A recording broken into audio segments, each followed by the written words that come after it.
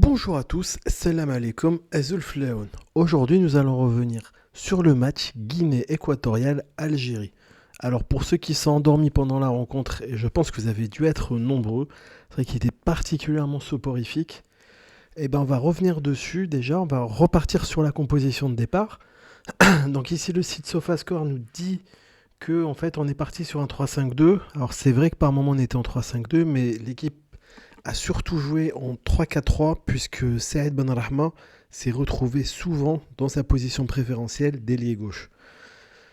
Du côté des notes, bon, on va pas revenir dessus, mais on peut dire qu'Alexandre Kidja a fait une très belle partie.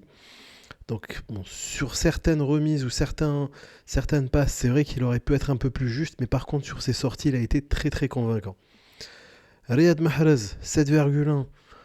Oui, on peut dire qu'il a fait un match correct, mais comme d'habitude, il manque toujours quelque chose. Et Mohamed Amin Amoura, moi j'ai beaucoup apprécié. Je trouve que quand il est en pointe, il apporte beaucoup plus de choses. Et encore plus quand on le laisse libre. C'est-à-dire qu'il puisse aller sur les côtés quand il le veut. Et le joueur du match était Ramiz Zoroke, souvent décrié. Là, franchement, très très bon match de Ramiz Zoroke. C'est un des seuls qui a surnagé en fait au milieu de terrain. Mais on va revenir dessus. Alors pourquoi est-ce que cette prestation a été aussi soporifique? Eh bien, je vous propose d'aller voir tout de suite la position moyenne des joueurs et c'est ce qui va le mieux nous renseigner sur ce qui s'est passé. Donc au niveau de la Guinée équatoriale, donc vous pouvez voir, donc le 1 c'est le gardien, donc en remontant le 21 c'est le premier défenseur, enfin celui qui a joué le plus bas. Donc vous allez voir par rapport à cette position moyenne, on va comparer celle de l'Algérie. Et ben voilà, regardez, et ben, la Guinée équatoriale a joué plus haut que nous. Ils ont joué plus haut que nous, et je trouve ça vraiment terrible, parce que donc c'était une très bonne idée de partir sur un 3-4-3 ou un 3-5-2. Ça a excellemment bien marché face au Libéria. Mais là, force est de constater, on va voir quelques exemples, que nos trois centraux en fait ne s'étiraient pas assez. Du coup, ça forçait les deux pistons à jouer beaucoup trop bas. Et notamment le numéro 15 là, que vous pouvez voir là, avec Ait Nouri. Ait Nouri, ses points forts, c'est vraiment les contre-attaques, les attaques, la vitesse, le dribble. Là, il était beaucoup trop bas. De même, pour Farsi, en plus, qui a été mis en difficulté sur le plan défensif, c'était pas terrible. Et alors, vraiment, moi, il y en a un qui m'a énormément déçu. C'est Adam Zorgan, qui pour moi a été, avec Mohamed Tougaï, qui ont été les deux éléments les plus décevants de la rencontre. On va regarder ça un petit peu plus loin. Et comme vous pouvez le voir, donc, nous avions Ben Rahma qui a quand même bien pris son côté, mais qui jouait beaucoup trop loin de la surface de réparation. Et Riyad Mahrez, légèrement recentré, mais qui a quand même réussi à écarter un petit peu. On va aller voir ça tout de suite. Alors ça va nous servir de point de comparaison. Donc je vous disais que le match face au Libéré s'était beaucoup mieux passé. Et là, comme vous pouvez le voir, déjà nos trois défenseurs centraux ont bien étiré sur la largeur, donc au niveau de la position moyenne, ce qui a permis aux pistons de jouer haut. Donc les deux pistons étaient au-delà de la ligne médiane. Nos deux milieux récupérateurs, ou notre double pivot, a joué certes proche l'un de l'autre, mais ils ont quand même beaucoup alimenté notamment le côté gauche. Et vous avez aussi vos deux ailiers avant, donc Benrahma à gauche, et on avait le 12 qui était à droite, je ne l'ai plus en tête, mais nous avions aussi Bounjah qui, lorsqu'il est rentré, il a fait de très bons appels. En tout cas, vous voyez qu'au niveau des positions, quasiment personne ne se marche sur les pieds. D'ailleurs, Adam Zorgan avait fait un très bon match ce jour-là. Et pourtant, il se retrouve aussi avec Zoloré, mais ça ne s'est pas aussi bien passé.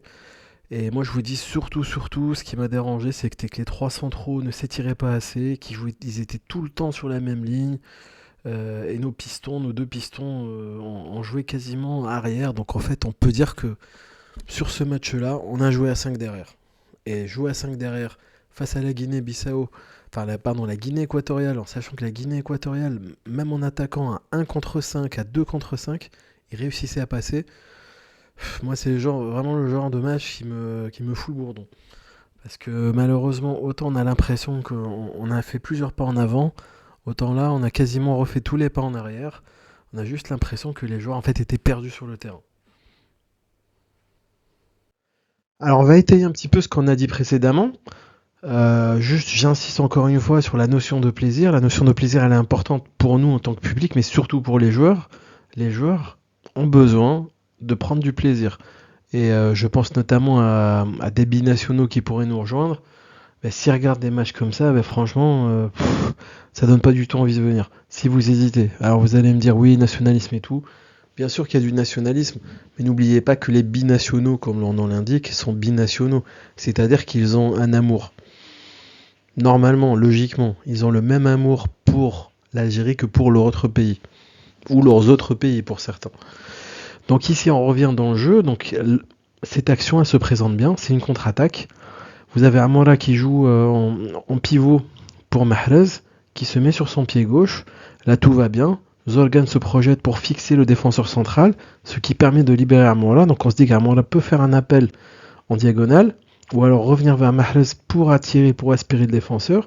Et de l'autre côté, vous avez Benrahma qui fait un super appel, toujours en diagonale, vers le but.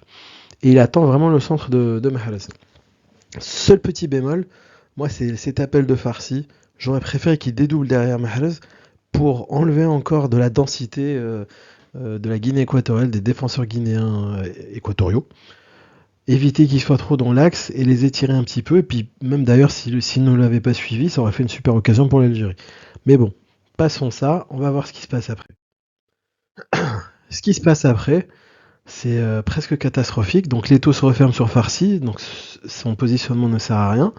Et là, vous avez Zorgan et Amora, en fait, qui sont exactement au même endroit. Aucun n'a bougé. Ils sont tellement collés qu'ils peuvent presque se serrer la main. Même pas presque, hein, d'ailleurs, ils pouvaient se serrer la main. Donc tous les deux collés à un défenseur central.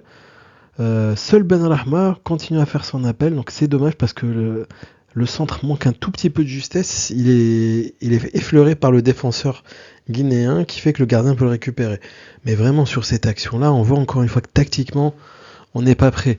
Moi, je ne reviens toujours pas de voir donc Zorgan et Amora sur une action comme ça restent collés l'un à l'autre, que Farsi ne se dit pas tiens, je vais essayer de dédoubler côté droit pour continuer à aspirer des défenseurs.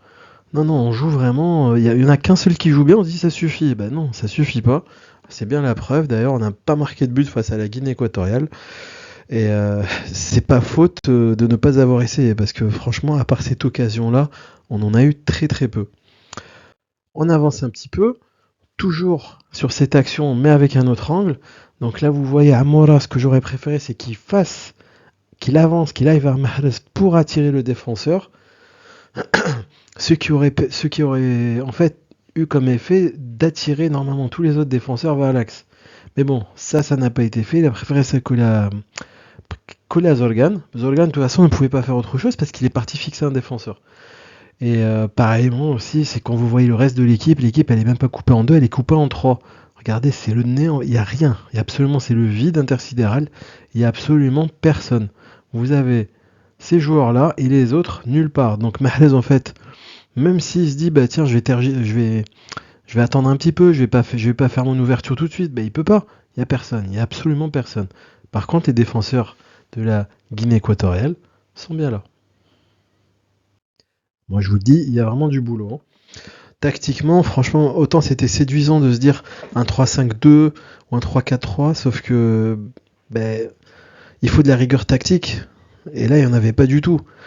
Et on parle de rigueur tactique, là sur cette action-là, on va voir, mais même individuellement, Tougaï, en 1 contre 1, trouve le moyen de se trouer. On a failli prendre un but comme ça. Et c'est pas la première fois qu'il fait ça. Malheureusement, ce n'est pas la première fois qu'il fait ça. Donc ici, on voit qu'il ne reste plus au centre que le numéro 4, ici, Tougaï Mandi. Vous avez Farsi qui est là. Et le souci, c'est qu'il manque Ben Sebaini. Ben Sebaini, en fait, il s'est dit, je vais presser sur le porteur du ballon. Sauf que c'était pas lui de le faire. En pressant sur le porteur du ballon, et ben en fait, il force Ait Nouri à se décaler vers l'axe, ce qui fait qu'il va avoir du retard sur le joueur qui va déborder. Et vous avez Zorgan qui, au lieu de faire de presser sur le porteur du ballon, parce que c'est sa zone de jeu, et ben il va essayer de compenser ce qu'a fait Ben Sebaini. Alors moi j'adore Rami, mais là c'était une grosse bêtise. La question est, pourquoi est-ce qu'il a fait cette action? Pourquoi est-ce qu'il a fait cette bêtise? Est-ce que c'est parce qu'il voyait que Zorgan n'attaquait pas, que Zoroke était déjà sur d'autres joueurs? Là, vous voyez, il y a même Mahrez qui arrive du côté droit pour essayer d'aller vers le porteur du ballon.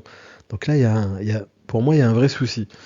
Et ça décale tout. Ait Nouri va être légèrement en retard, ce qui va permettre à l'attaquant adverse de faire un centre qui va être extrêmement dangereux, puisqu'encore une fois, Mohamed Tougaï va se trouver complètement. Donc, on avance un petit peu, on voit ce que ça donne. Donc nos défenseurs sont alignés. Rami, là, je l'ai entouré en rouge. Il est en retrait, mais c'est quand même pas mal parce qu'il y a d'autres joueurs qui arrivent. Et malheureusement, ou grâce à un super Oukidja, on évite de prendre le but. Mais ça a été très très très compliqué. Donc une petite glissade de Tougaï. En sachant qu'en fait, on aurait pu voir Rami se décaler vers la gauche, Rami Ben Sebaini, et Zolgan redescendre. Ça aurait pu être tout à fait possible. Et ça aurait permis du coup d'avoir un Ait Nouri pour la contre-attaque. Mais là, tout a été désorganisé. Sur cette très belle contre-attaque de la Guinée équatoriale, on voit encore la mauvaise disposition de nos joueurs. Alors je parle pas des trois là qui sont derrière, notamment Zaroury qui couvre très bien, qui peut tenter de bloquer l'attaquant adverse. Malheureusement pour nous, la passe se fait vraiment dans le meilleur des tempos. L'attaquant est rapide et il faut une belle sortie d'Oukidja pour empêcher le but. Mais ici, ce qui me dérange le plus, encore une fois, c'est la disposition de nos joueurs. Nos joueurs sont tous en retard sur les porteurs du ballon et ils sont mal disposés. Et c'est vraiment une des choses qui m'a le plus dérangé, c'est que ce 3-4-3 ou ce 3-5-2 n'est pas du tout maîtrisé. Non seulement on n'a pas la possession, on ne se crée pas d'occasion, mais quand vous avez 3 défenseurs centraux qui restent regroupés pour défendre sur un attaquant, c'est problématique parce que du coup, vous n'avez pas les joueurs pour faire le relais devant ou au milieu. Donc on a perdu beaucoup de ballons. Là, donc on voit encore une fois que l'attaquant était tellement rapide qu'il a fallu une intervention d'Oukidja des pieds. Donc Oukidja nous a fait une belle Neuer. Et sur cette dernière action, je voulais vous montrer. Avec d'autres profils de joueurs. Donc ici, vous avez Gouiri qui aime bien son côté gauche. Donc Gouiri qui est en jaune. Là, qui va essayer de déborder, qui va dribbler. Et à côté de lui, vous allez avoir Guendouzi, vous allez avoir Benzia qui vont proposer plusieurs solutions. Vous allez avoir d'autres joueurs qui vont aller vers la profondeur. Donc honnêtement là, c'était déjà mieux. C'était déjà mieux, surtout que Guendouzi en fait, il a un profil box-to-box. Il propose des solutions en retrait. Il est très propre techniquement. Il récupère des ballons. Moi, vraiment, en termes de profil, c'est vraiment un joueur très très intéressant, Guendouzi. Et il me fait penser, bien sûr, à Boudaoui. Mais bon, là, au moins, sur cette ultime action, donc vous avez Chiaha qui est au deuxième poteau, qui fait un vrai appel de neuf. Là, ça m'a fait plutôt plaisir, même s'il n'a pas beaucoup joué. On voit que lorsqu'il est rentré, il a justement donné ce côté-là, ce côté numéro 9, pivot, prêt à jouer en lait. Puis Benzia aussi, qui peut jouer sur les côtés, qui est très intelligent, qui sait jouer en retrait. Donc ça, on a été quand même un petit peu mieux, mais il n'empêche qu'on ne peut pas compter que sur le profil des joueurs. Il faut vraiment qu'il y ait un travail tactique, parce que là, moi j'ai l'impression qu'on n'avance pas. Et ce n'est pas en jouant comme ça qu'on arrivera à faire quelque chose en Coupe d'Afrique, parce que mine de rien, il reste pas beaucoup de matchs pour se préparer, pour peaufiner un petit peu sa tactique. Et en fait, on n'est même pas, à mon sens, on n'est même pas dans le sens où on doit peaufiner quelque chose. Pour moi, on a juste des joueurs qui sont alignés sur le terrain et qui ne savent pas exactement ce qu'ils doivent faire. Donc comment faire pour remédier à ça ?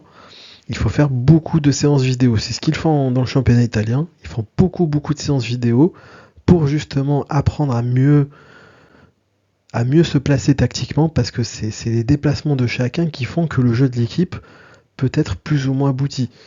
Et si on revient à ce qu'on avait vu tout à l'heure, c'est-à-dire aux positions moyennes, il y a de quoi être inquiet, parce que si la Guinée équatoriale peut nous malmener comme ça, imaginez ce que peuvent faire des nations avec de grosses individualités.